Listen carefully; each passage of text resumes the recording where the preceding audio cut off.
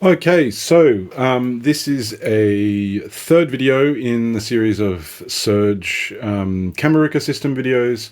The only reason I'm doing a third video is because, unfortunately, when I was panning back and forth and moving the camera around in video 2 during the class, I must have accidentally pressed stop on the record button, which meant that the final section, which was about 25 minutes long, got cut off. So I'm going to go over some of the stuff that I did actually go over in the class. Hopefully it's along the same lines. We finished up in the previous video talking about wave shaping. We're looking at wave shaper feedback. If we all remember, we were looking up at the top here at the triple wave shaper. We're not going to be using this top panel for the rest of the session. What we're going to be doing is looking at another form of wave shaping by way of the Wavemultipliers. But to do that, what I would like to do is to start off by looking at the dual universal slope generator, which I had mentioned a couple of times and I have used in the previous sessions, but not really described what it is. So if I just zoom in a little bit, what we have here is the dual universal slope generator, or DUSG for short. As I mentioned in the previous video, this slope generator is basically two pairs of positive and negative slews, just like we talked about in the original positive and negative slews, but it's much more fully featured. We actually have a pair here, so an attack and a release, or a rise and fall, also thought of as a positive and a negative slew. And then we have an identical section down the bottom here. The advantage of these is that it's all in one module, but also we have volt per octave input, which means that we can control this as an oscillator. You have an end out and a trig in, so the trig in will trigger the rise and fall of the envelopes, and if you use one of these stacking shorting bars, you can actually program it to rise and fall and become an oscillator or an LFO. All right, we've got multiple outputs here. We're going to use the black output, as you remember in the previous videos. That is our bipolar output, because what we're going to do is we're going to use this as an oscillator. What I'd like to do is show you some wave shaping using the Wavemultipliers. So if I zoom out a little bit, we'll be able to see that the Wavemultipliers is a dedicated wave shaping and wave folding module, which is really characteristic of the Serge systems of the kind of 1980s. It's beautiful sound. There are three sections in this that I'll get to. We're going to focus mainly on this middle one, which is a beautiful wave folding circuit. But let's start by cycling the DUSG. And you can see that we've got this flashing light, which means that this is in LFO mode. If we increase the speed of the rise and the fall, of course, we're going to get a higher frequency. So what I'm going to do is I'm going to just patch a cable from the output of this directly into my mixer channel so that you can hear what that sounds like as an oscillator. Okay, now just remembering that because this is rise and fall, we can change the speed of it by just moving one of them, meaning changing the frequency. But of course, because we're oscillating a rise and a fall up and down, that's also changing the wave shape. So if I were to move the rise to its fastest position, I'll be changing the speed just using the fall, and what we actually get is a sawtooth wave. Okay. Conversely, if I did the opposite and I made the fall the fastest and the rise the thing that changes our speed, then we also get a sawtooth wave, but that waveform is inversed. All right. Cool. So we have a really fast fall and a slower rise. So it's kind of like a positive slew in as an oscillator. All right. And what we'll find is if we put them kind of close to the middle, what we get is a triangle wave. We also have a dedicated sine wave output. I'm not sure exactly how it differs. It is a white output, which would say that it's unipolar, but we can use it as an audio source. And you'll notice that it kind of smooths off that triangle and makes it into a sine. Let's have a listen to the output. Okay, cool.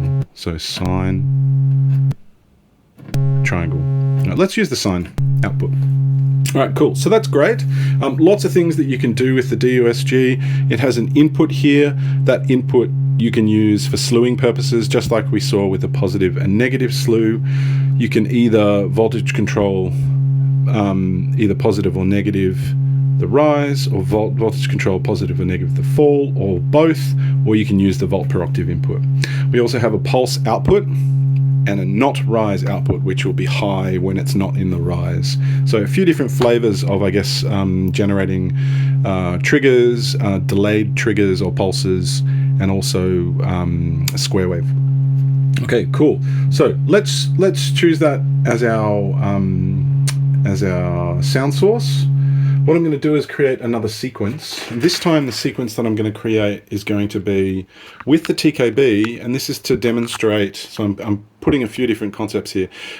This is to demonstrate how we can use the DUSG as a way of generating a sequence that is less than the full 16 steps. So if you see on the DUSG, we have a 16-step sequence. If I just use this slopes over here as my clock, which I've done in the previous video, I'm going to clock the sequence. And you should be able to see the lights moving along here. The great thing is about this sequencer is that, as you can see from this angle, and you couldn't see in the previous videos, we actually have a way of using the sequencer itself to reset itself and to create shorter sequences. So what I'm going to do is I'm actually going to grab the 8th output. And what that means when I put it into the reset input is that we have a sequence that goes up to the 8th output, and as soon as it hits the 8th output, it resets itself to number 1, which means we only get a 7-step sequence. Okay, I'm going to pop this into the volt per octave input, so I'm going to use the A row volt per octave input of my DUSG. I'm going to have a listen to it.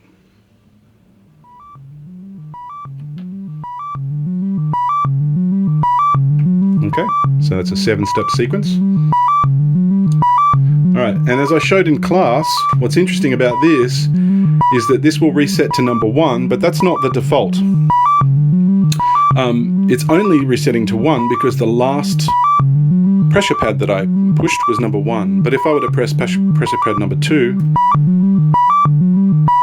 2 now becomes the default reset point. Same if I went to 3. Now just a 4-step sequence. Let's make that faster.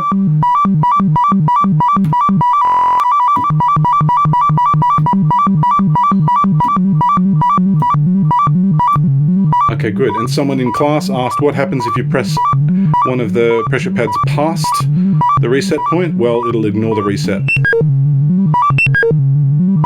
because its new reset point is 8, so it'll go past where it is. So let's go back to 1. Okay, cool. So a few different concepts rolled into one there. We've got a sequence which is 7 steps. We could have done that with our 8-step sequencer, but I wanted to show you how you could do it with this one. We're using the DUSG with its sine output. We're cycling it upon itself using the end out into the trigger in, and we're voltage controlling that pitch using our sequence. All right, now the whole reason why I've patched up the DUSG is because I did want to show a new form of wave shaping. So to get back to where we were at the end of the previous session, a new form of wave shaping which doesn't use the triple wave shaper which we've seen, but uses this wave multipliers here. So I'm going to break this connection. We're going to take the sine output and we're going to use this middle input of the wave multipliers, which is a beautiful wave folding circuit. I'm going to go into the bipolar input or the AC input, and I've got this all the way down. And now I'm going to take its bipolar output and put it into our mixer input. I'm going to turn it up. Okay, already a slightly different sound, but not too different. And then listen to what happens as I increase this.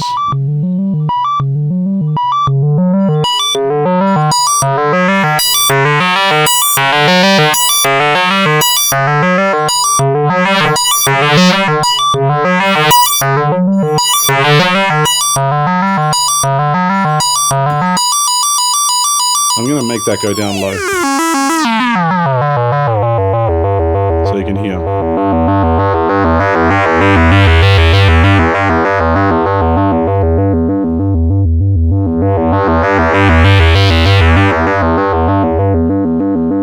Really beautiful form of distortion. Now, wave folding like this is quite different to wave shaping or other forms of clipping, in that what happens is that the waveform, as it reaches that the point of saturation in the circuit, the waveform literally folds back down over itself in both the positive and the negative, and we get these beautiful ripples that create all these really interesting harmonics.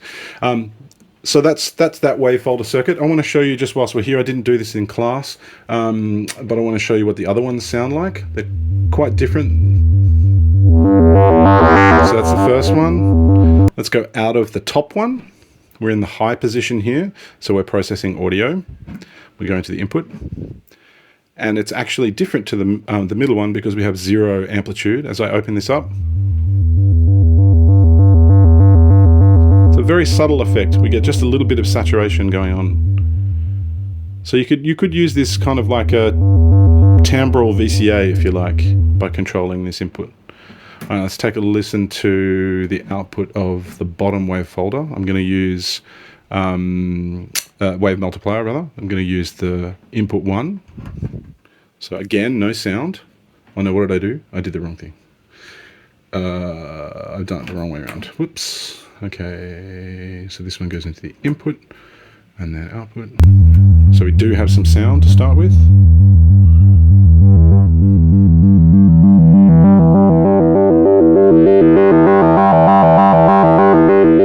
It's a really varied output, this particular wave multiplier. All right, let's have a listen. If I put it in the second input, I'm not sure if it changes. Slightly different. Okay, cool. So that's great. Let's go back into the top one, into the middle one rather. And what I'd like to do is I'd like to voltage control this. So, as you can see, down the bottom here, I have a second DUSG that's already in cycle mode. And as you can see by the LED, this is going back and forth as an LFO. So I'm going to actually take out the positive, so the unipolar output, DC output, and put it into the wave multiplier, and immediately you'll hear that modulation occurring.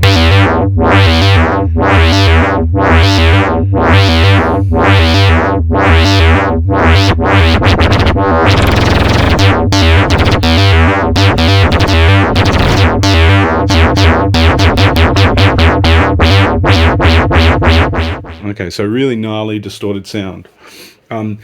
What this gets me thinking, though, immediately is that, as we can see, we have a knob here which determines the wave multiplying value of this input, but we don't actually have a way of scaling the input.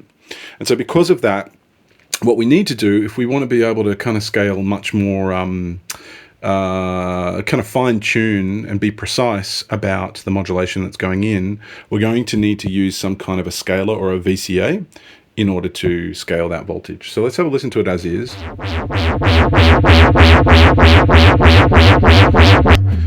What I'm going to do is I'm going to use this Active Pro here. And so what this is a voltage controlled crossfader. We have 2 inputs, a voltage control for crossfade and an output. So I'm not actually going to use it for crossfading, but if you think about it, if I put in my CV source, which is an LFO, and put it into 2, and then I come out of 2, sorry, I come out of the output, and I go into my modulation destination. With this pot down, there's nothing in 1, so we're not actually getting any modulation. So as I open this up, what we're doing is not crossfading, well, we are crossfading, but we're crossfading between no voltage and this cycling voltage. So basically we're kind of attenuating or scaling that voltage coming in.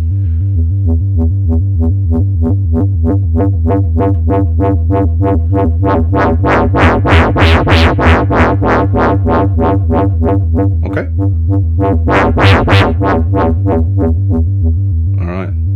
So what we could do here is, for some articulation, just for fun, is we could, I've stopped this as an LFO, I'm actually going to trigger it instead. So we're going to get the same pulse that we're using to clock the sequence, and I'm going to go in and trigger my envelope. It looks like that level is not hot enough, so I'm actually going to grab from the white output of the dual slopes. There we go. Aha. Right, and now you see that this light is moving at the rate of my sequence. So let's have a listen to what happens when I open up this modulation. Well, it's not quite with it. I think it might be because this is not the best voltage to take out. Let's cycle this next one. This one over here. I'm going to use that to trigger my... Okay, there we go. So I've just taken, I'm using the second one of the dual slopes, and I've got the trigger down, so that way I'm triggering this next voltage. Let's have a listen. There we go. So now we get timbral variation on every step. I could change the envelope, make it smoother.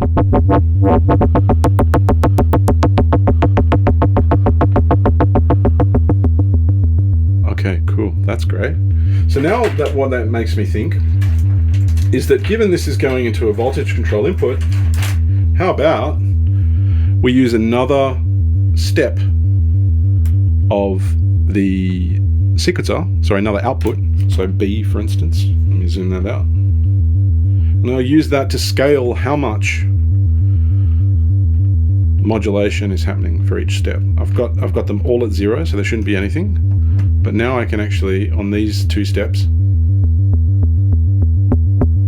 I can decide how much modulation is happening, how much articulation is happening. So we're just oscillating between step 6 and 7 here, and you can see I've only got some voltage for step 6.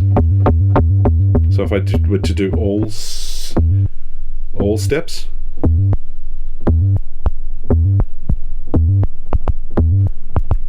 so we're starting to get some articulation now. I'm going to open up the wave multipliers just a little bit, so we get some sound coming through regardless of whether or not there's articulation.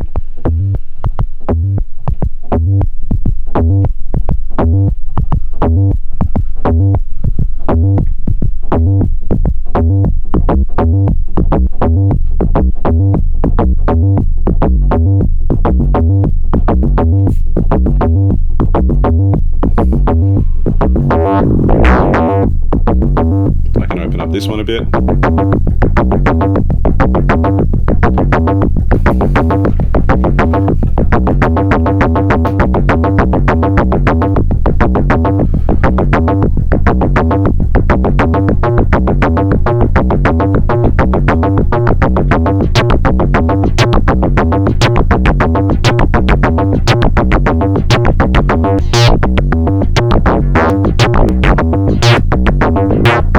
So now what I'm doing is I'm playing with the envelope length,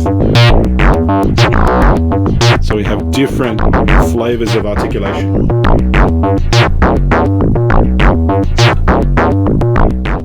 Okay, endless fun with this module. You could play around with the wave multipliers with either one of these inputs and outputs. Another thing that you could do, which we're not going to do now, is you could use this in a very similar way to what we did with the triple wave shaper, and that is in feedback. So especially if you zoom in here, especially if you take a look at what's right next to it, we have an audio mixer, which has got 3 audio inputs and scaling for each one of their volumes. You could use this audio mixer in lieu of the dual processor as a way of kind of feedback mixing, and you can get some really gnarly sounds out of that. Okay, cool. Right, awesome. So that's great. Now what I wanted to do, seeing as we're kind of talking about sound sources, different types of sound sources, I want to talk about something that I didn't talk about in class. So this is kind of like a bonus little tip, and that is to play around with sync, so oscillator sync. So what is sync? A lot of oscillators, if we have a look at the new timbral oscillator here, A lot of oscillators will have this little input here, and we can see that over here, a sync input. This is an input on the new Tampa oscillator. We've also got one, if we zoom up to the very top oscillator that we looked at the other day, the green input there has a sync input. So what a sync input does is it allows an oscillator to be synchronized to another oscillator.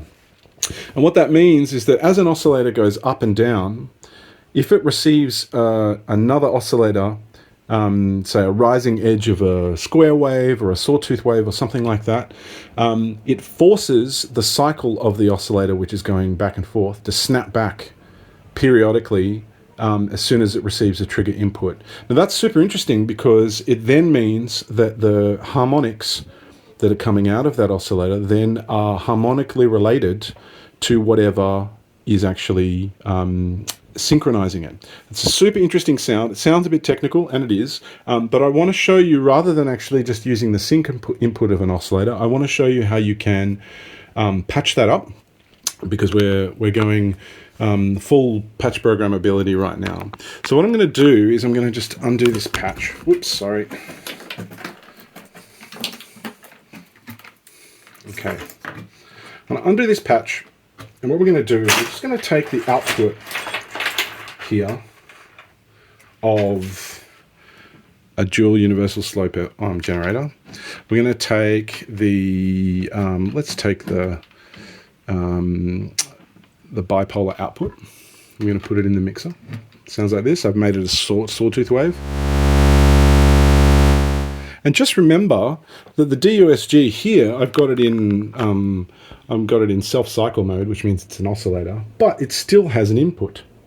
All right, and remember, an input, when we're talking about a slew or an envelope like this, that input means that the rise and fall will act upon that input. It will try and catch the input and slew it depending on that setting and this setting, all right? And here, what that means is that if I have some other signal, say it's this dual slopes over here, that dual slopes, I can synchronize, sorry, I can make fast as an oscillator. I can use the output, and here I'm going to use the square wave output, and I can synchronize my dual universal slope generator to another dual slopes. All right, and I'll show you how to do that. But first of all, let's have a listen to the signal that we're going to synchronize it to. So just the square wave output of the dual slopes sounds like this. Okay, so I've put that in its own mixer channel. And what I'm going to do is I'm going to take that and put it into the input. So this is interesting. We have it self-cycling plus we've got an input. Let's have a listen to what it sounds like. So you'll notice now that the pitch is the same as the original. As I move, pitch is the same as the dual slopes, which is synchronizing it. So if I move this, remember, we're just hearing the dual universal slope generator. As I move this down, what starts to happen is that this oscillator has become synchronized to this one. All right. That's fine, but where things get interesting is when you try and move the pitch of this oscillation. Have a listen to what happens.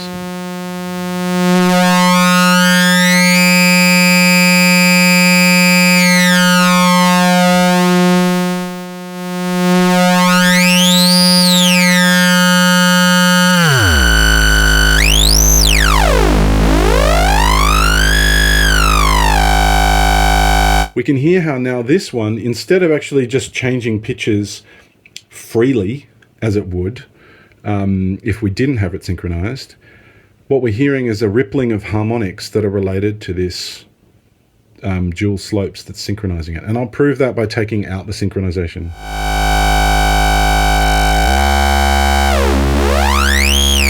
Let's take out the synchronization.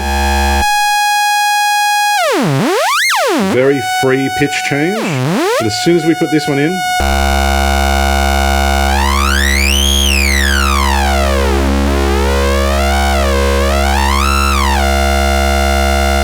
It's a fascinating sound, and it's something that that you have by default in the new timbral oscillator and other oscillators. But I love this about the Serge, that you can build your own synchronization circuits. So what I'm going to do now is I'm actually going to patch up the sequencer again. I'm going to do, oh, I've just gotten rid of the 7-step sequence. Let's do it again. There we go. I'm going to make it slower. Oh, hang on. No, I can't do that. I'll use this other DUSG as our sync source, because I've taken that from somewhere else. So let's do the not rise of this one. There we go. So that's now our sequencer speed. And what I'm going to do is I'm going to take the A output, and we're going to put this into the fall VC input, which means that we're voltage controlling that synchronization sound. All right, so I'm going to open this up. I've turned all the values are down on the TKB. Now let's add some values.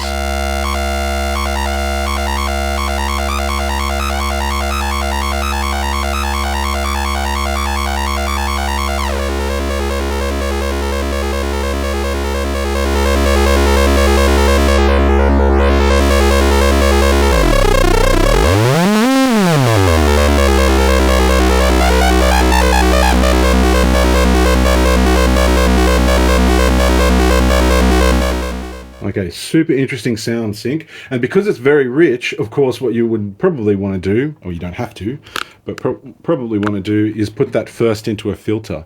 Let's try the dual slopes filter, which we haven't tried yet. Let's take the low pass output, open it right up, put it into the mixer. Oh, sorry. There we go. So I'm using the variable slope filter here. All right, let's open it up.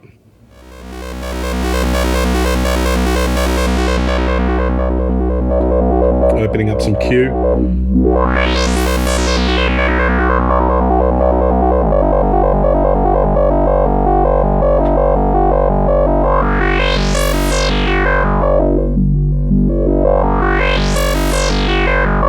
Let's use another output of our TKB to voltage control the filter as well.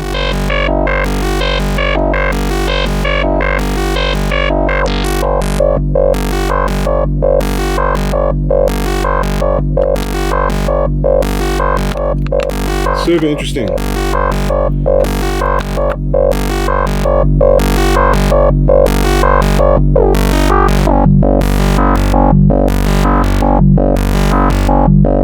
Okay, cool. So that's a way of creating sync using the DUSG. You could also create sync if you wanted to using your positive and negative slew. It's the exact same approach. Remember, you can cycle this upon itself, but it's also got an input. So you could use this in a similar way, create an oscillation, and then synchronize it with something else, and then voltage control that harmonic rippling.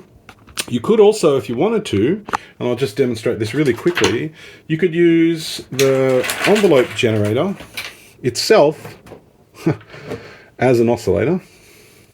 Why not? I'm going to put this into another channel of the mixer. Open it up. So that's just the envelope generator used as an oscillator. And then it's got a start input. So you can then synchronize this. I'm synchronizing it to the same sync source as before. Oh, is that correct? Am I doing that right? Maybe that doesn't work with this one.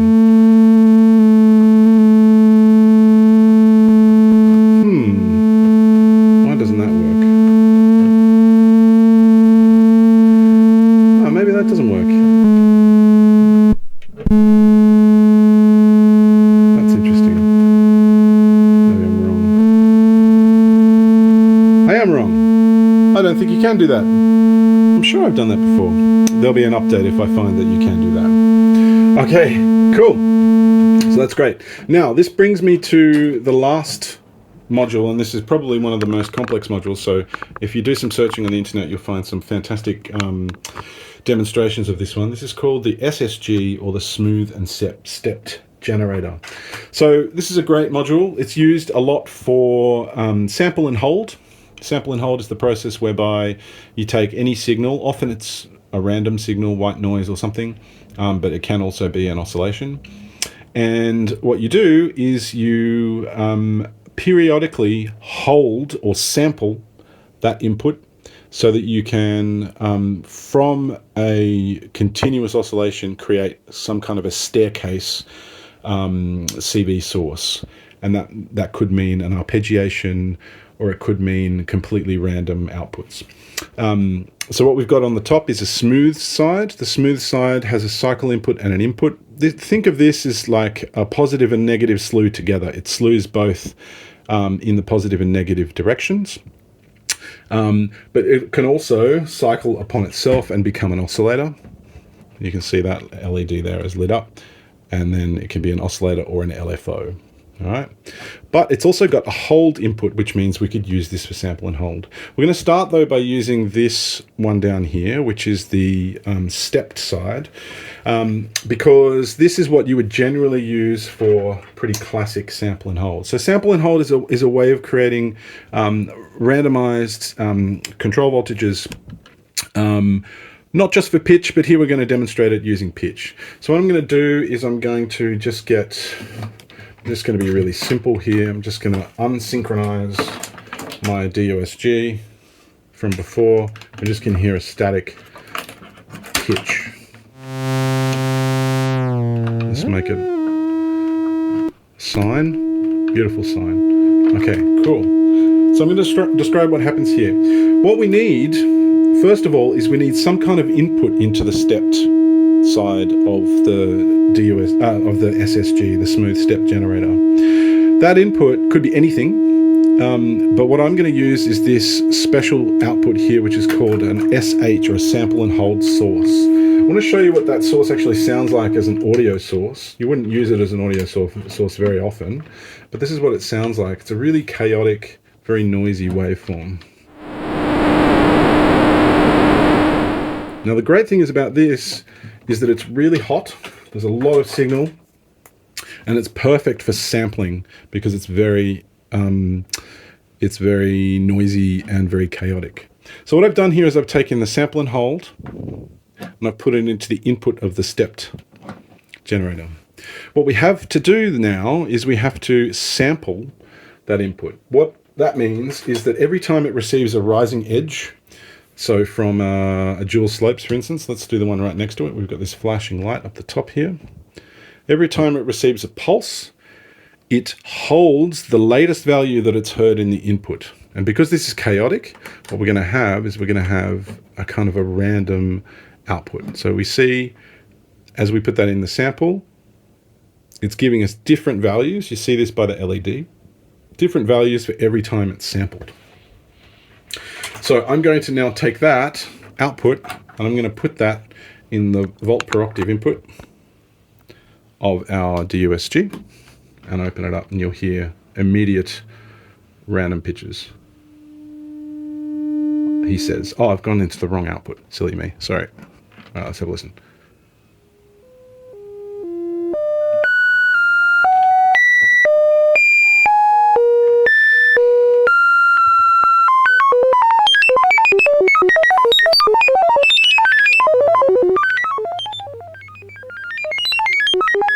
Okay, so what's happening is we've got a very chaotic output. It's going into our input, and every time we hear a pulse, it samples the latest value. All right. Now, if that was instead of being a sample and hold output, and we were to use the, if we were to cycle the smooth side as an oscillator, a low frequency oscillator, take the output and put it in here, then we're going to have an arpeggiation. So this is going up and down as an LFO. You can see that. Up and down as an LFO. And as we open this up, we should hear an arpeggiation.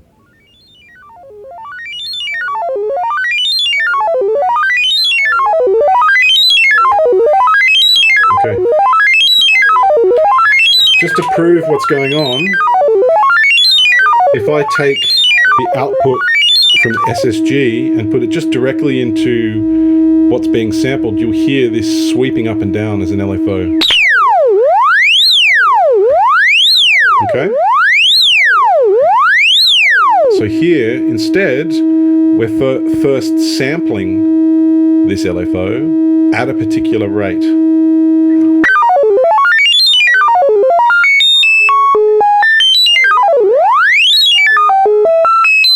Okay, cool. Right, now let's go back to the random one. I want to show you this rate knob here. What this rate knob does is, at the moment it's at its fastest. What that means is that as it samples the value, it's going to sample the value at the exact value that it's hearing, because there's no slew involved. What this rate does is it actually slews the voltage. It slews the voltage that's coming into the circuit before it samples it. All right, and that sounds a bit technical, but you'll hear the difference straight away. As I slow down the rate,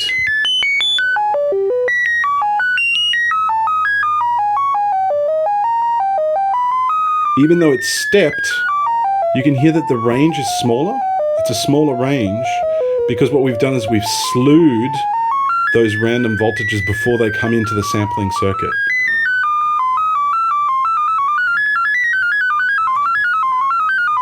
Full range. Slewed, small range.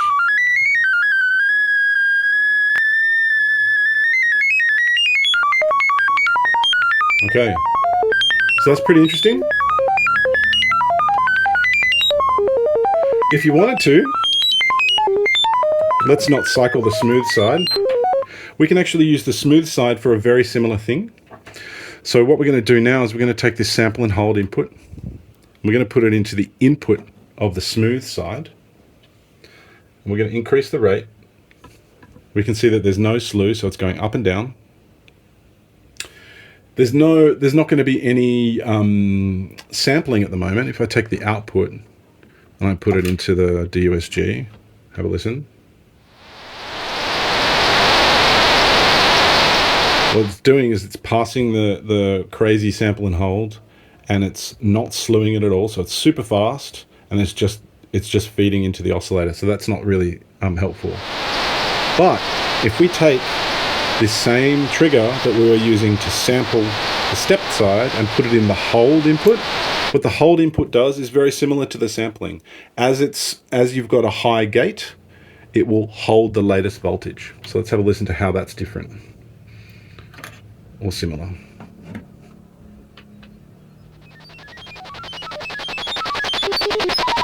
Let's slow it down so we can hear a difference. Okay. Let's slow it down.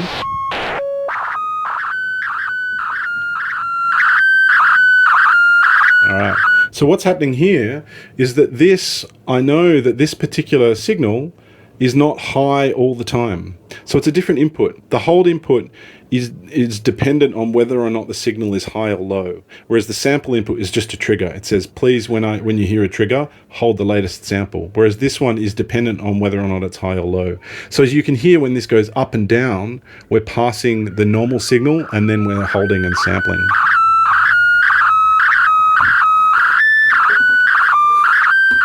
So there are plenty of ways in the system to fine-tune a pulse, but we can get to that another time. But essentially, sample and hold, that's two different ways of doing sample and hold, or track and hold is another approach. The last way that I'd like to do is actually just by using one of the envelope generators. So what we're going to do now is I'm going to cycle one of these envelope generators on itself. My input to the oscillator this time is going to be directly from the envelope. So we should hear a very smooth cycling of the envelope. Okay, so this envelope is changing pitch. But as you'll notice if you zoom in, this also has a hold input just here. Right? So we can do a very similar thing to what we were just doing with the smooth side of the SSG by using the hold input. But what I'm going to do is I'm actually going to use another envelope right next to it, over here, to demonstrate how you can get quite precise with these pulses. So I'm going to use this one as our trigger source. So of course there's no visual feedback on this one, but we know that we have an end pulse with this envelope, but we also have this one up here which is called a window. It has a window size input, and what this does is it puts out a gate or a pulse with a changeable window size, which means that it's not always equidistant high and low, which means we can really fine-tune the pulse width of what's coming out of this output. All right. If you're doing that really fast, then you can do pulse width modulation like you would with any other square wave. But let's just have a look at what's going on. So the patch here, I'm going to put this down to the left. The patch here is I have this envelope generator, which is changing the pitch of my DUSG, my oscillator, and this one I'm going to use to hold its cycle at a particular rate. So let's have a listen to it first of all with this window size down. So at the moment it's just held it. We've got this always held and it's not going down, so it's not actually resetting. But if I start to open up this window size, have a listen to what happens.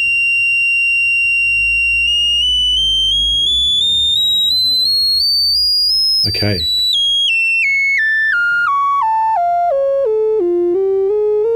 Now we're using this one. This is the pulse of this oscillator, this envelope generator, and we can speed it up.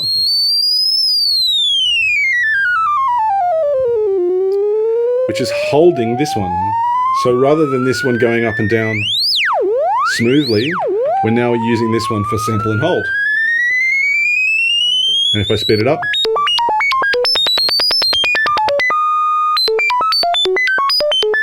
we can get a very similar thing to what we had before.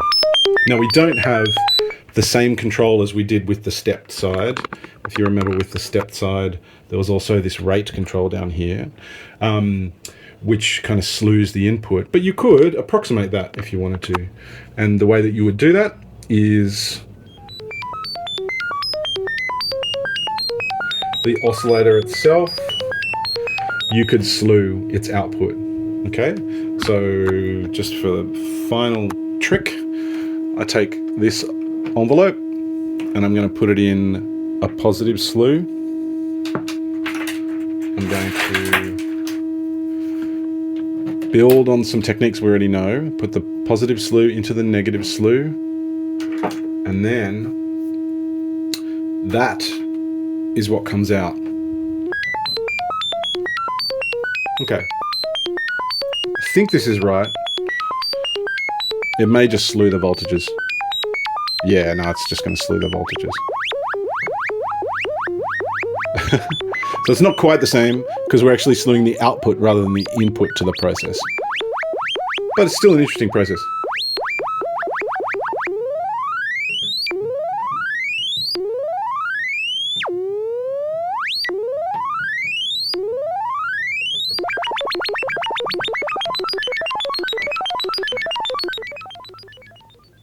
Okay, cool. So that's a lot of techniques there. What we looked at was getting a smaller stepped sequence from the TKB.